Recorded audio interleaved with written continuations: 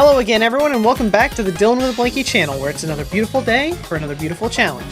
I'm Dillon, and here we've started a bit of a repertoire of game challenges. As much as I love each one of my challenges, there is but one that was tons of fun the entire way through. That being my Paper Mario 64 Only Partners run. It was a fun, exciting challenge. It had a lot of funny moments, and we did it all without Mario. So, I decided it's time to take this challenge to the next game. This time, my friends, will be playing Paper Mario the Thousand Year Door only using the partners. That's right, it's sequel time, and Thousand Year Door is boasting a lot of improvements from the original game. First off, we can have our partners take the lead in battle, meaning that they don't have to backseat most of the time, as well as having their own health pool, so this time around they can be KO'd separate from Mario. And partners can use items. Mario can equip badges that will affect the partners themselves, and there's also the added mechanic of super guarding. Super guarding is when you use the B button to protect against attacks. It has a much smaller window than the A press does, but super guarding will negate all damage taken.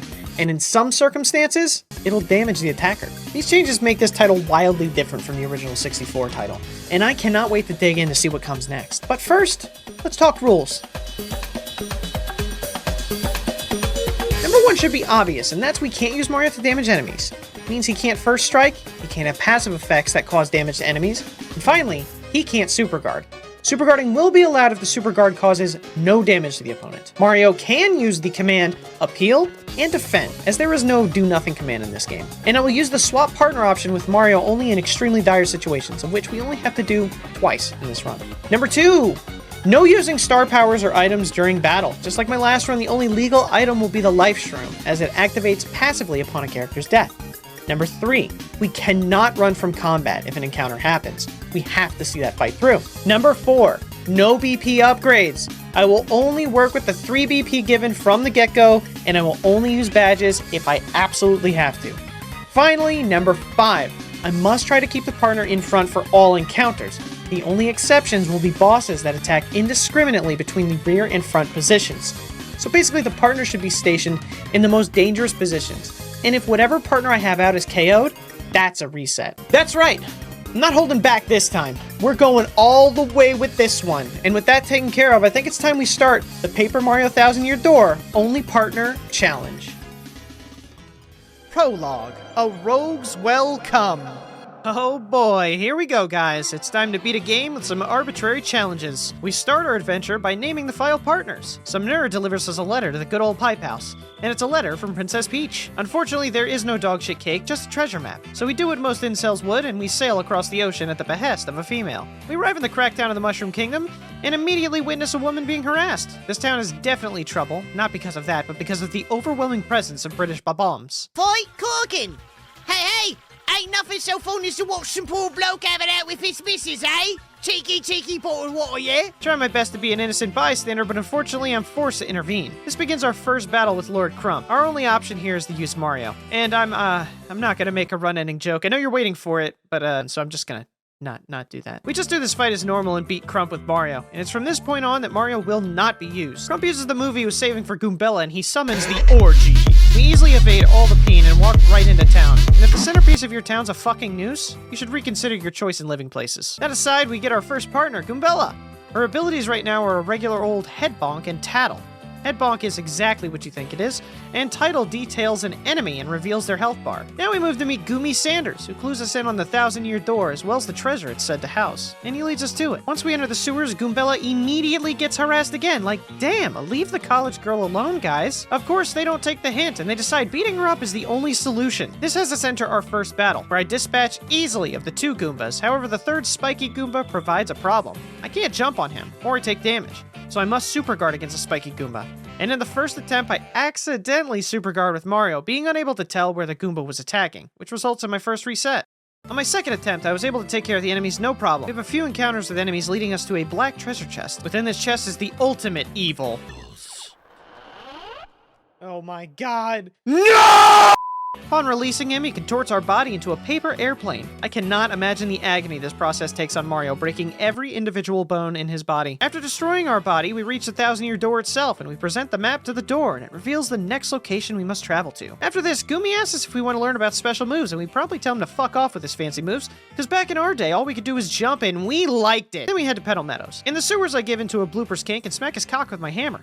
It doesn't do damage, so it's okay. Goombella does some work, and I encounter a new mechanic I hadn't thought of. An audience member goes to toss us an item, and I use X, which causes Mario to hit that audience member. It is at this point I reset. And I add another rule, this rule being Mario cannot hurt the audience members, which forces me to deal with whatever gets tossed my way. Back to the blooper, and we take care of him easily, which finally brings us into... Chapter 1. A Man, a Dragon, and a Fetish. Taking our first step into Petal Meadows, we see a huge dragon with some gorgeous feet. I accidentally superguard with Mario, resulting in yet another reset. I do a much better job dodging the encounters this time and get into town.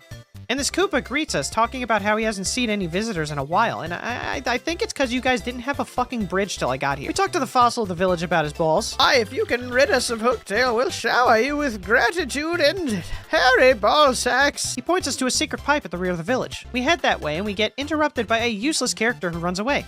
Hopefully, we never see him again. In the first temple behind the village, we meet some bald clefs that Goombella cannot do damage to. The only way to win here will be pure super guarding. Luckily, I'm a certified gamer, and I'm able to beat them. I then promptly lose to 3 Koopas, forcing me to fight the clefs all over again. Not a big deal. We get past them and onto our next challenge. These things. We can't damage them either, so super guarding is the only option again. These creatures aren't much of a threat, because if I use the defend command, the damage is completely negated on my end. The true challenge is what comes up next, though. We are posed with a quiz, of which I decide to answer all the questions wrong to have to deal with whatever fight's in store. It's 4 clefs. The son of a bitch makes us fight 4 clefs. Of course, I die immediately. These guys do 2 damage instead of 1, so I can't defend and hope I land the super guards eventually. I must land them consistently to win. Fuck! Fuck! Ah! Yeah, I didn't do so good. But I do eventually figure it out. Whew! The hard part is now over. No!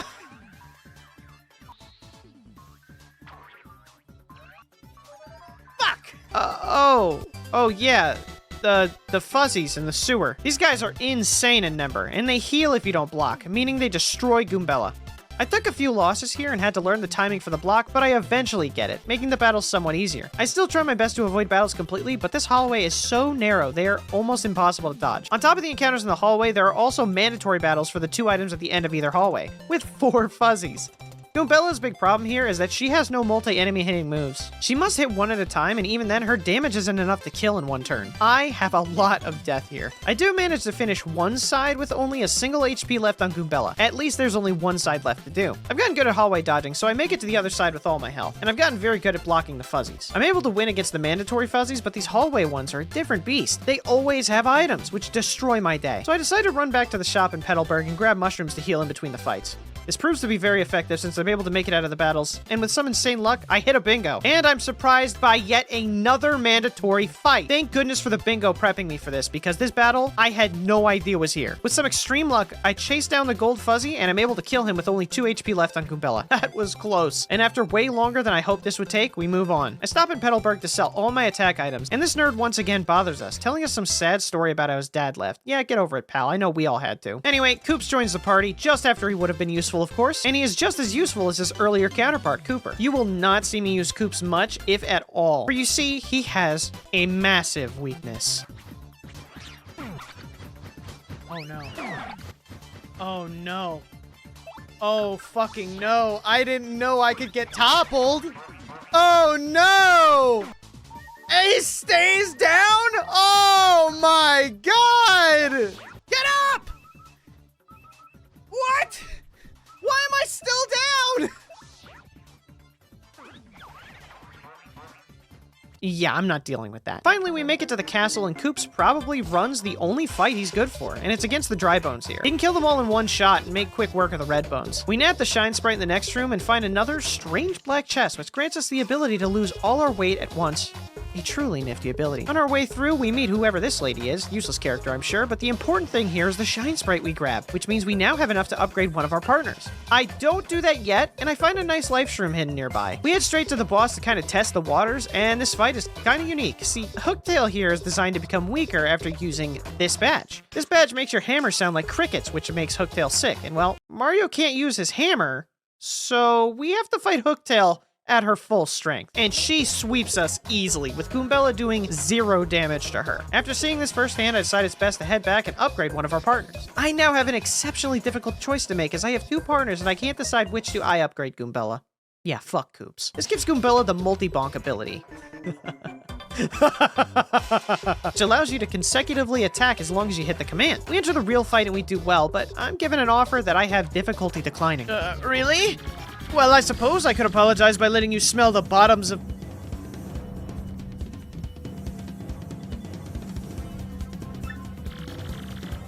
People pay good money to do this. I'm being completely honest right now, really.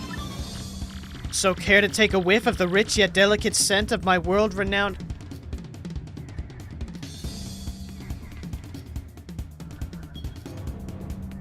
Okay, chat, hear me out. Now hear me out on this one. What if they smell really good? Oh, I'm getting chills.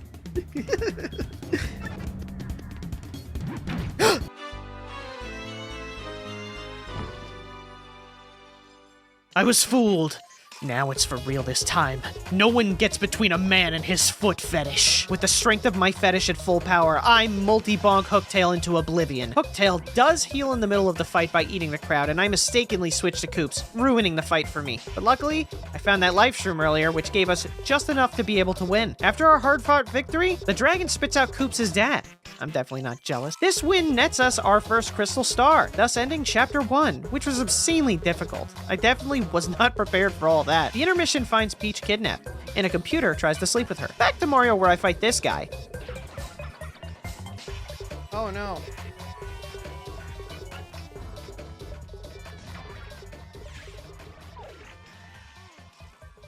Well, I deserved that. To make myself feel better, I destroy an old woman's contact lens, and now we're in the woods, which begins Chapter 2, The Great Boggly Tits. Upon entering the forest, we encounter a group of sisters fighting over anal beads. However, we don't have time to help. We have stuff to do. Anyway, we follow the tiny little crumb drop to the giant tree, and the battles here aren't much to speak of. Koops gets knocked down, I hate him. I switch to Goombella, and we're fine. The tree is locked, so we backtrack to Madame Flurry, and she's lost her anal beads, so we must find them. And I distinctly remember seeing a pair earlier. We head back to battle with the Shadow Sirens. Of the three, the most dangerous right now is Beldum. Beldum is very strong with multi-hitting spells, but is very frail. So with Goombella, we take him out easily. Our next focus is Marilyn, who is a one-hit powerhouse with plenty of buffs and hard-hitting attacks. Once they are down, we must deal with the last sister Vivian, and I hate to do this to my girl, but we take her out as well. We retrieve the beads and head back to Madame Fleur. The star, the main protagonist of this run, Madame Flurry, joins. Now, I didn't know at the time, but Madame Flurry is the GOAT, and getting her this early in the run is a goddamn blessing. The Madame uses her special ability to blow things, and that reveals the entrance to the Deku Tree, meaning we can skip getting the Ocarina. We get introduced to all the spunkies in the tree, and we're asked to save them from their captors, the X-Nauts. I run into one major hazard in the tree, being this guy, this stupid fuck, the Yucks. If you don't kill him on turn 1, he begins to spawn these little triangle things that put up a barrier and make him invulnerable. Unfortunately, since I'm only attacking with the partner, we can never hit him once he starts to do this. So I must reset and make sure to avoid this encounter at all costs. Anyway, all the Pikmin are locked up, so we release them, which gives us greater access around the tree. And once again, I get fucked by a Yucks, causing me to reset. Making our way through the other mobs and gaining a few shine sprites along the way, we finally make our way through all this dumb crap this dungeon has to offer. Now we enter the escape section of the tree. Crump sets up a bomb, and we have a time limit to escape while dealing with these encounters. We manage to get through, and I make possibly the greatest mistake I've ever made in my gaming career. I save with only 14 seconds left on the clock, which is not enough time to get through this fucking wall of text, so I game over. Luckily, apparently there's a failsafe here that gives you more time when you re-enter the save, and thank goodness for that because I was sure I softlocked myself. Now we fight Crump and his Gundam. I start us off with a Tattle to see what HP we're dealing with, and he has 30 HP, so I opt for multi-bonk stratch since Goombella is our only upgraded partner right now, and I have no way to go back and upgrade the others. It works pretty well and we do some decent damage, however I made a big mistake entering the fight with low health, so I'm forced to swap into Madam, and I learn that Gale Force actually works on his rocket hands. This is huge knowledge for our next attempt. I obviously lose this one, but on the next bout I get some amazing luck with Magnus von Grapple choosing to go for his much weaker Stomp over using his rockets every turn, which lets us win this one easily, putting an end to Chapter 2. So Peach plays with herself in front of the computer that wants any reason to see her naked, and back to Mario. I make the decision to upgrade Madame Flurry, which gives her the ability Lip Lock, which is an attack that drains HP from the enemy, which is a massive bonus for us since it's like the only healing move we get. And we have no way to improve the partner's health beyond the 2 upgrades they get. I mean, I think there's like one other healing move a partner gets, but I just can't put my finger on who that is.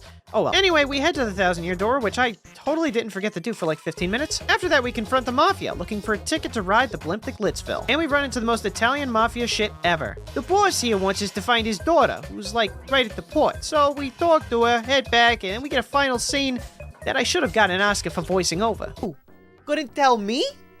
You can't tell me? You come waltzing in here and say that to me? To me? Do I look like a sucker to you? I warned you, wise guy. Fine. We're gonna need a mop to pick up what's left of yous. Now we've got our ticket and off to Glizzyville. Starting Chapter 3. Chapter 3 of Glizzies and Glory. Before we proceed, we grab us a Glizzy for good luck, and I get the Shine Sprite, the hard way. Like a gamer. Oh, I touched the box. I touched the hitbox. I got it! Ah! We enter the pit stands and see the antagonist of this chapter, Rockhawk.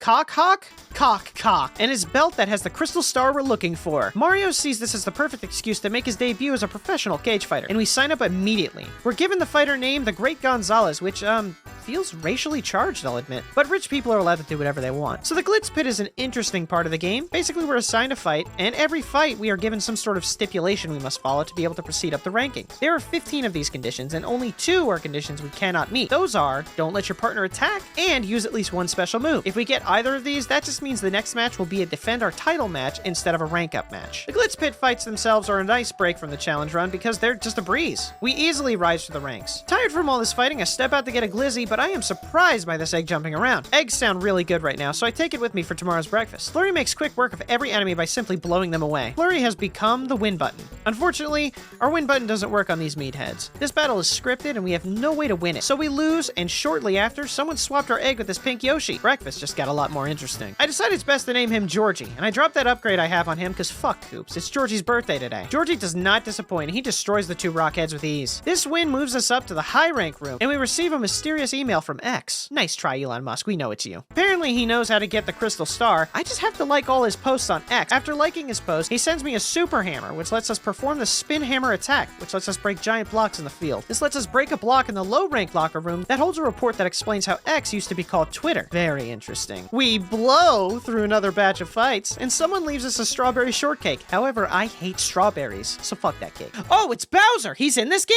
Well, now he's not. After a tip-off from X, we head to the back rooms and get us another Shine Sprite. And we spy on Grubba in his office, overhearing how fighters are going missing because they use Facebook over X. We finally rise up in the ranks enough to get to rank 1. The next fight's the title fight against Rockhawk. But first, we got another message from X telling us to take down the posters in the lobby. I literally remove every poster that is not the one we need to remove until we get this key to the back rooms. Back here, we find some corpses or something, and more importantly, we finally get to fight Rockhawk here for the title. Here I opt to use Flurry and suck the soul out this chicken. I lip lock him every turn, basically healing all the damage that he does to me. It barely ends up being a fight as Madame Flurry destroys Rock with her robust bosom. And with that, we finally win the Crystal Star. But it's a fake! This is just crystal meth! That explains why everything looks like paper. Well, at least we get the Champ's room, which we can use to break into Grubba's office and steal us more meth. We get caught, however, and he is not happy. We meet him in the ring to find out Grubba is actually Elon Musk. He's determined to force everyone to use his platform and is sucking the life force from everyone who's using X and siphoning their life energy into himself. I decide it's time to take all that energy back by having Flurry suck him dry. This fight isn't super bad. Grubba just has some irritating moves, like increasing his attack, increasing his defense, and giving himself more turns. What the fuck is this, Shin Megami Tensei? Good news is our upgraded Flurry can easily keep up with him by constantly using Lip Lock. Grubba eventually uses a move that makes our attacks more likely to miss him, which destroys the flow of the match by giving him the leg up on Flurry for missing. Near the end, Mario ends up having really low HP, so I switch to Georgie to hopefully mini-egg Grubba before he gets a hit in. Grubba is one step ahead and does an attack that hits both characters, putting Mario at just 1 hit point. All looked lost, but in our moment of need, he came. No, Shy Guy, don't do it! Oh!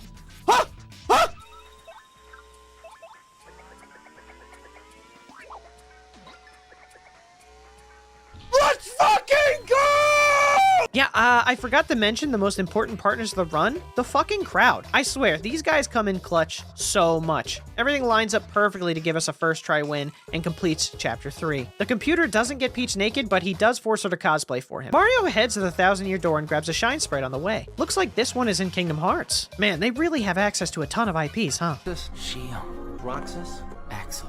Roxas. Roxas. Axel. Axel. Roxas? Roxas. Shion. Roxas. Roxas. Roxas. Shion. Axel is Axel's. Axel. And Axel. Roxas. Roxas. Georgie murders this dude in cold blood. We get another sprite, and we talk to this dude Darkly, who has to write our names on our body so we can enter Twilight Town. This makes sense because you need to be a nobody to use the Corridors of Darkness. So Darkly takes Mario's name here and gives us the new name Raxium, making us a nobody. This in turn means that we get the Chapter 4. Where do those hot dogs come from? Yeah, well, here we are in Twilight Town. The residents here get turned into pigs randomly whenever the bell tolls, so that's neat. Reminds me, I should ask that dude where he's getting these hot dogs from. Another dude gets pigged, and we let out this guy who curses us to roll into a blunt. With this new power, we can enter the forest. These pathways are very narrow, so avoiding encounters is gonna be tough. And there's also a chance that the Amazy Daisy spawns here. If it attacks us, that is a one-hit KO. Also, the regular Daisy can just spam sleep, keeping us from moving permanently. We get through easily and get to this creepy castle. We grab the shine sprite in the well and the sprite in the back room. While avoiding most battles here, I opt to fight this optional Super Boo boss. The battle goes quick, and we waste a life shroom here since Raxium is so fragile. This prompted me to go back to the shop to buy 2, just to be on the safe side. We proceed up the tower to find this guy who turns villagers into pigs? How? How does he do that? Why? These questions will be answered in the spin-off game, Paper Mario Birth by Pig. This fight is none too spectacular. Partway through, he turns into Raxium's Heartless. Great, now the lore is even more complicated. It's an easy battle, and this ends Chapter 4, but what? No horny robot? The chapter must not really be over. We wake up in the creepy steeple, only to find out we've been turned into a Heartless. Now this part's pretty rough. We are now playing as a solo Raxium, meaning we need to run through the forest without getting into any encounters, which is easier said than done, because these flowers crave blood. Once back in town, we run into that guy we fought who took our body, but we need to say his name so that we get our heart back and fuse with our nobody.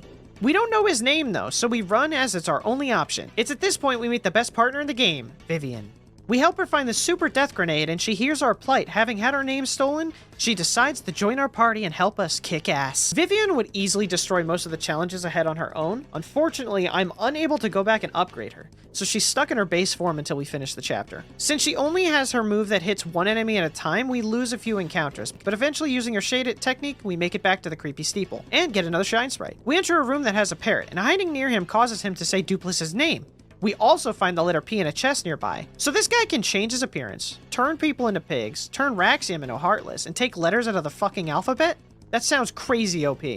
Anywho, we run into him again and hit him with his name, and he runs back to the steeple. What is this, like our 5th time walking back now? We make it to the steeple and fight against Duplis and all of our partners. It's at this time, though, Vivian leaves us, and we now have to wait it out until she comes back. Good thing while Raxium defends, he takes next to, like, no damage. We also get some insane luck, getting a boo to make Vivian transparent right before she dies, followed up by getting a health bingo, which maxes out her HP. I hard commit to only hitting Duplis and ignoring Goobella. After some back and forth, Raxium yells, "My friends are my power," causing Duplis to die from having no real friends. Thus, actually ending Chapter 4. Tex still can't see Peach naked. Mario finally gets his name back, and to celebrate, I buy a life shroom to replace the one we just lost, and I upgrade Vivian. Shut up, Coops. This upgrade gives Vivian Fiery Jinx, an attack that hits all enemies and inflicts burn. Back at the 1,000-year door, we're told we have to become island boys to find the next star, and I don't know how I feel about that. We find the most well-respected, highest sex appeal NPC in the game, Flavia. He kindly allows us to use his ship, but we have to find someone to drive this sex machine of a boat. As one does in this situation, we break into someone's home, force him to relive the memories of his dead wife, steal the shine sprite from his room, so of course he decides to pilot the ship. Chapter 5. If you can't own games, piracy isn't illegal. Out at sea, we get shipwrecked by ghosts, and I find using fire against fire creates more fire. Yikes! Here on the island, we get another shine sprite, and Flurry just blows everything away again. However, we can't save Bobbery, and he dies here, joining his dead wife. Oh wait, he's not dead. Cool. Sorry about your wife. He's no bombette, but we welcome him with open arms anyway. Bobbery has a regular bomb attack, which is crazy strong, and his second attack is the time bomb attack, which shoots 3 little bombs on the stage and blows up after like 2 turns? I don't know, I'm not looking it up. It's not a very useful attack, but we find a way to use it much later. I spent a lot of time trying to figure out how to enter this dungeon, but I figure it out eventually. Big shout out to the guy in chat who kept telling me how to play every facet of this game every 2 seconds. We nab another shine sprite, and this chatter is stuck in tutorial mode. I accidentally super guard with Mario, causing me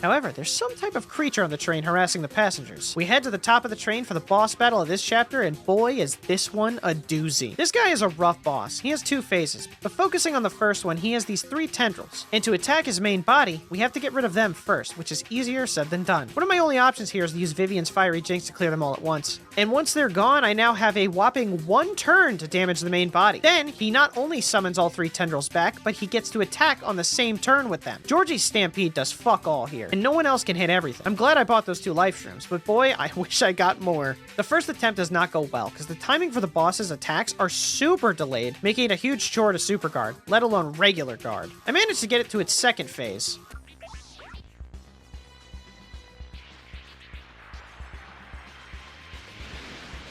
Whoa!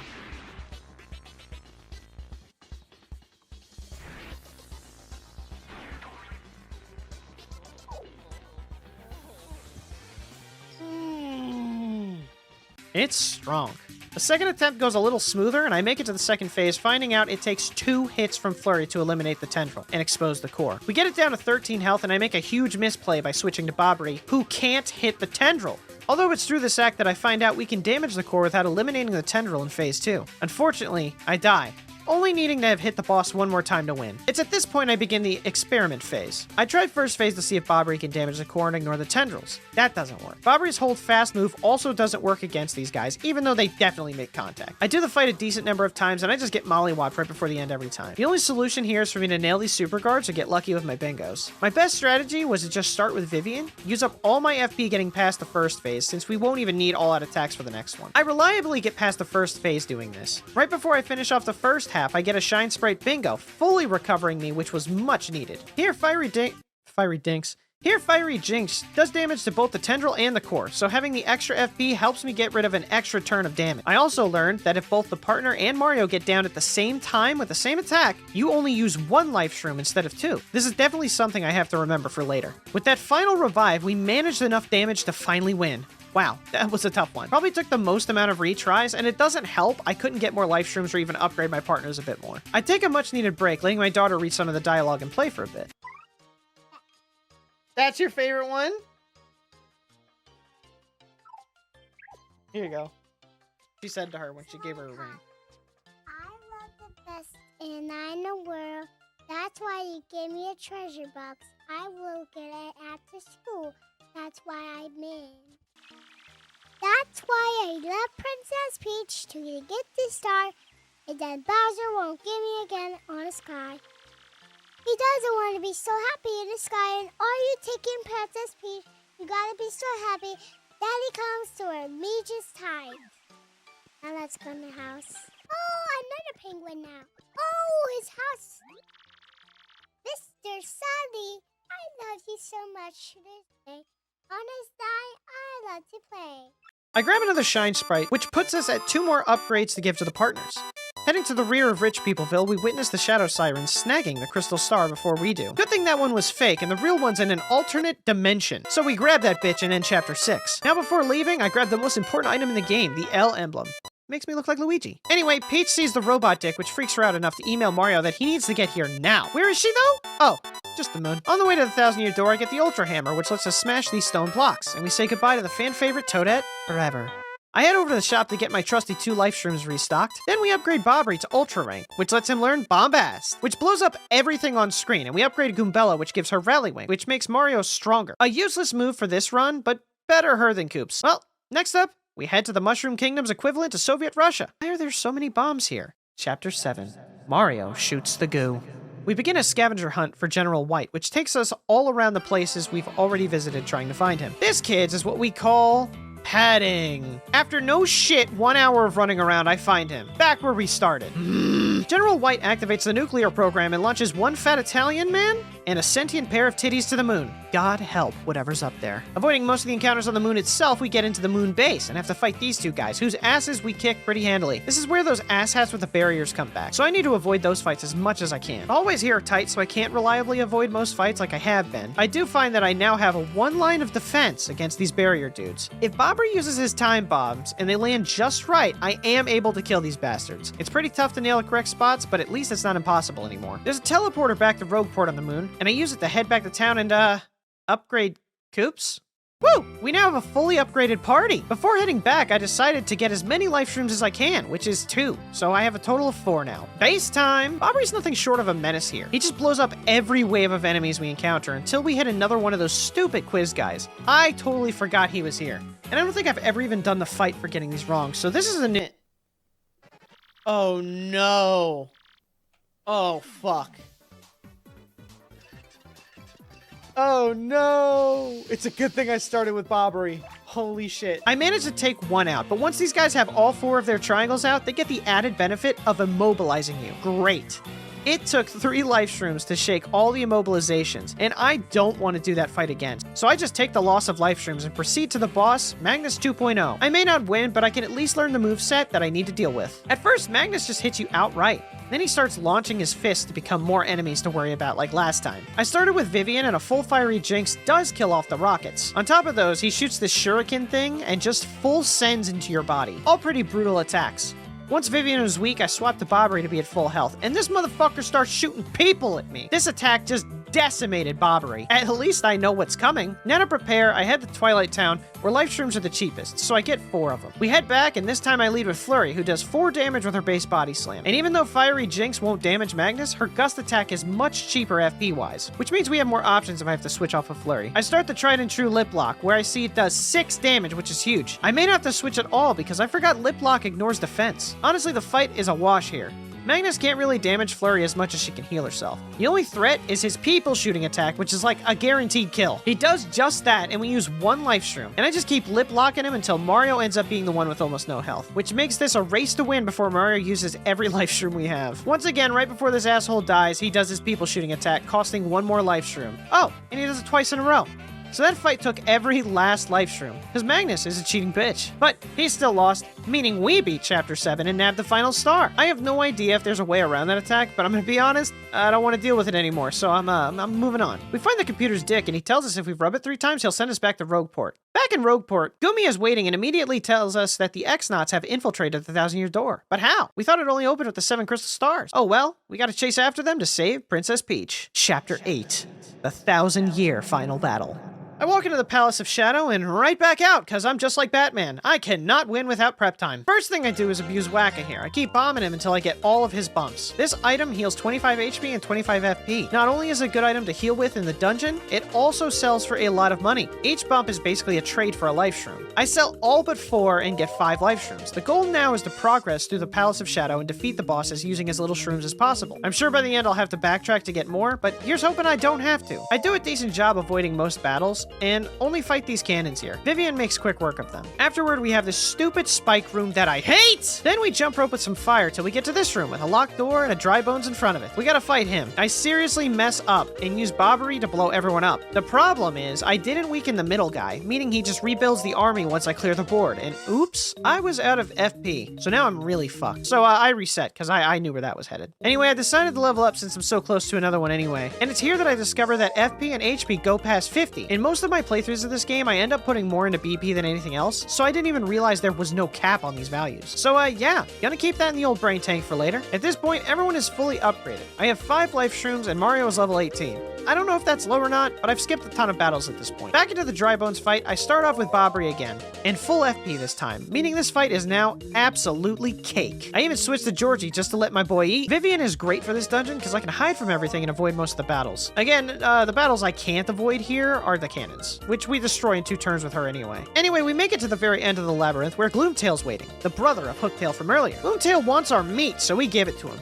I start this battle with Vivian because I always forget I have her out, and we get fucked up. Gloom here can spew poison breath that does 8 damage and poisons you. On top of that, he could just step on you for 8 damage. Oh, did I mention the breath hits everyone on screen? Because it does. My health is whittled down fast as I keep trying to super guard instead of regular guarding, and I go from Vivian to Bobbery to Flurry, where you won't guess what I have her do. We actually do pretty good, so Gloomtail decides to double his power and really fuck us. Luckily, the stage was fogged up and Mario didn't get hit. Eventually, Mario uses up 2 life shrooms, but Flurry refuses to give up and slays the dragon. Good job, Win Mommy. A first try. There's a poppable wall here in the back that I blow up, and grab this Ultra Shroom and Royal Jelly that I plan to sell later. We gotta backtrack a little bit now and solve these puzzles in the this tower. They're actually pretty clever and fun to figure out, so I won't spoil them. Once you finish the puzzles, you place the star key you got from Gloomtail into this pedestal, which brings up more pedestals for you to put all these keys you got into. This causes the dungeon to shift, making the place we went to fight Gloomtail open a staircase that leads down. Before we can enter, however, we have to fight the Shadow Sirens again, this time with a new member, Goomy.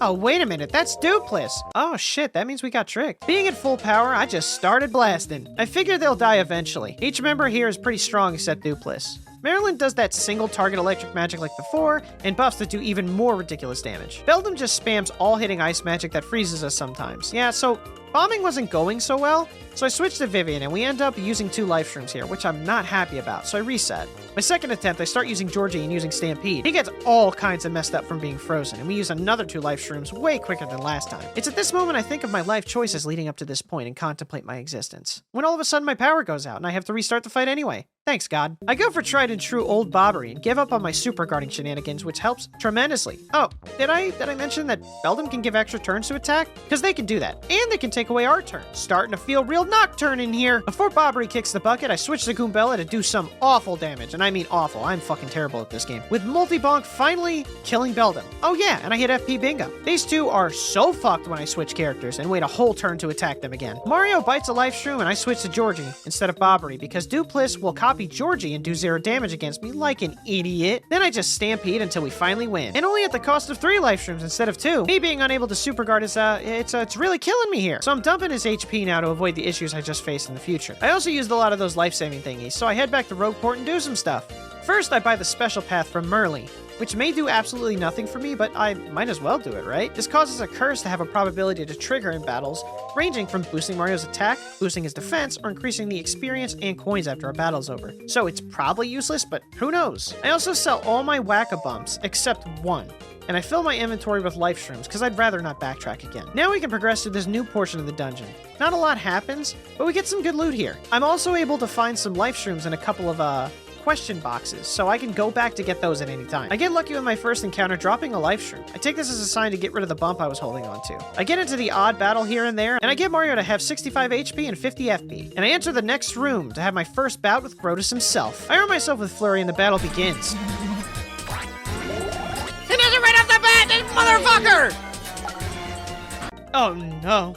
Well, this is literally my worst nightmare. Grotus has those stupid barrier things, which means I will constantly have to damage everything on screen, otherwise he'll just be invincible. This also makes Flurry useless, since Gale Force won't cause damage to Grotus. I swap to Vivian to hit that fiery jinx over and over, and it's obvious I just don't have enough FP to do this fight. I always run out before I can kill him off. On top of this, Grotus can do random shit, like make it so attacks miss him, or he can immobilize us. It's obvious I'm not gonna win like this, so for the second time in Paper Mario history, I had to go back and grind. I did try a bunch of different strategies for this fight, and they all end up the same with me not having enough FP to kill him off before he barriers again. So I decided to change this in order and head back to Rogueport again to meet up with Chet Rippo. For a fee, he decreases Mario's HP and increases our FP. Then I fight almost every enemy getting back to Grotus, putting me at 60 HP and 70 FP, and level 24. It didn't take much, honestly. I'm guessing that I'm under-leveled because every enemy net me a ton of experience, so it was just a one run back here that got me to this level. I do some attempts that get kind of fucked with Grotus, dodging a lot of my attacks, making me burn FP, thus not having enough near the end. It really sucks he gets this free shield on his first turn, but we gotta break through somehow. Vivian is the end-all be-all for this fight, so I just fiery jinx every turn, and block and super guard as much as I'm able to keep her alive. After a long battle, a lot of fire, and using only 1 life shroom, I finally beat him. But that's not the end of it. Oh boy. Bowser shows up with Kammy Koopa from Nintendo Hell saying he needs a part in this game, and he doesn't care where, so he chooses here. But joke's on him, because I played this game before, and I knew this battle was coming. So I had a lot of star points ready, so when I beat Grotus, it got me a level up, meaning we are fresh and fit for this fight. I keep Vivian out for as long as possible while still setting them all on fire. I get insanely unlucky, and the fog rolls in, making me miss both of them, but they don't miss me. And after using 3 life shrooms, I'm determined to kill one of these ass clowns before swapping. I get a pretty clutch FP bingo, which prompts me to switch in Bobbery, going nuclear fallout on everybody. It's at this point I finally give in to putting Mario in front sometimes, because we can't just take all this damage, and I don't want to fight Grotus again. Bobbery gets dangerously low on health after taking out Kammy, and I swap to the Old Faithful, and suck the soul out of the worst character in Melee. This is it! All this finally brings us to the final battle. So at level 26, with 60 HP and 80 FP and 8 life shrooms, I got a few from those item boxes earlier. We enter into the final battle. We approach Grotus in the final chamber, awakening the Shadow Queen, who taps into the Nintendo fanbase's deepest desires and turns Princess Peach into a goth mommy and covers the land in lawsuits from Nintendo. Since they're sending cease and desists anyway, I give into my own fantasy and have Flurry kiss Goth Peach a lot. This first phase is kind of a throwaway. Eventually, after enough damage, the Queen becomes invincible, and we just have to survive an onslaught of damage, which I don't do. With Flurry now doing nothing, I decide to switch to Vivian, and she uses one of our life shrooms right away, which is not good. But with my arousal reaching its peak, the entire Marioverse bands together to send me their strength so I can finish the fanfic I've been writing about Flurry and Bombat for 5 years. With this newfound strength, we can now damage the Queen, and we get a full heal, which is a welcome bonus. The Shadow Queen in her new form also heals all the damage that was done to her, and she has a large repertoire of attacks and a whopping 150 health. Yikes. She has this massive hands that will drag you under the stage or blast through you, dealing a lot of damage in succession, kind of like Stampede does. And if those aren't out, she has these two big hands. One will slap the piss out of you, and the other will... Hey, that's my thing! Great, she recovers her health too. This is very, very bad. Not only do those hands attack, but the main body also has its own moveset, increasing its damage or defense, hitting you with multiple status effects, just exploding. She really has it all. I try my best, but she just has way too much health, and I either run out of FP to clear out the constant barrage of hands, or Mario gets whittled down so much he uses every life stream we have. Our first attempt ends in failure, with Mario collapsing from sheer exhaustion of doing nothing the whole game. Now, the thing about this fight is it has a lot of cutscenes. A very long amount of cutscenes. I don't want to sit through it over and over again, so crunching some numbers, I realize I can't outlast the damage being dealt. Because I can't super guard with Mario, since that will cause damage to the hands, and it's very hard to tell if Mario or the partner is being attacked sometimes in the first place. After collecting my thoughts, I decide it's time. Time to what, you ask? Well, remember that rule about not upgrading BP, but using badges if necessary? This is it! It's time, and I have a pretty fun idea. My idea is simple. Equip 3 partner charge badges, do insane amounts of damage. So I set off on my new adventure to grind for the partner charge badge. And I only need 2 of them, so it shouldn't be difficult, right? So I looked it up, and it looks like these guys in Twilight Town dropped them. Hyperclefs. And they have a, fur. So I go to the forest outside of Twilight Town, and for 2 hours, I shit you not, 2 hours, I fight this cleft here over and over and over again. And he never once drops this stupid badge. So my buddy Sam starts looking up stuff since he's in the Discord call with me. And apparently this badge is bugged. It won't drop or something, so I spent 2 hours for nothing. Or did I? I may not have got the badge I wanted, but I did get something just as valuable. Experience. You may think, how? Aren't those enemies dumb weak and probably drop only like 1 experience or something? And yes, they do. But I did those fights a lot! So I got a lot of 1 experience point. And there's also the rare chance that the Amazy Daisy shows up. Killing that bad boy is a guaranteed level up. So while grinding for the badge that doesn't drop, I leveled up an insane amount. And I also got hit by a meteor. I didn't know that happened in this game. Before heading back, I get rid of all my items and filled my inventory with nothing but life shrooms. I head back one more time. I won't lie to you, I got a bit carried away grinding for that badge and ended up at level 34 with 80 HP and 100 FP. Wow. And since I couldn't get my charge badges, I opted for the next best thing. Physical up, defense down, on top of the 1 charge badge that I already have. I attempt one final time.